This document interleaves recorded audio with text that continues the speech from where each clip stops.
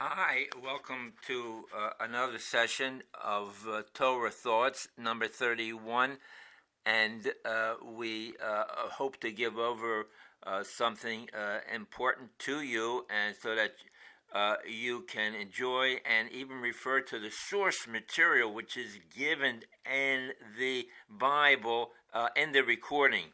So, this again is a testing world. I put before you life and death. Choose life that you might live. Choose life that you might live.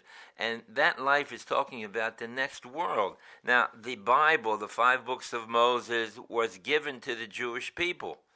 And we know part of it was given at Mount Sinai when the 10 Commandments were inscribed in a stone, and they were given to the Jewish people who stood around the mountain and saw all this happening with the ambiance being surreal, and the mountain firing and smoking and all kinds of shaping conditions.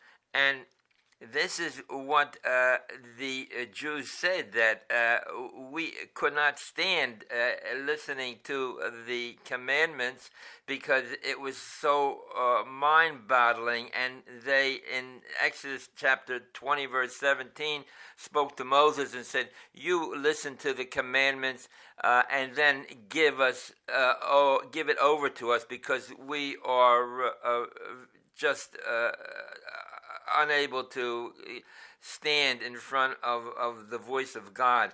And Moses, in Exodus chapter 20, verse 17, said, "This is good that you did, because this shows the fear and awe that you have of God."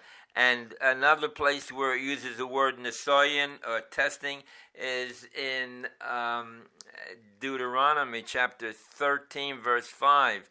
It says, "If a prophet should arise amongst your people and perform a miracle, and the miracle comes true, and then he tells you to believe in other gods that came lately, that are near, or those that are newly created, you're not to believe him. And if you follow that negative attitude of not believing, then you will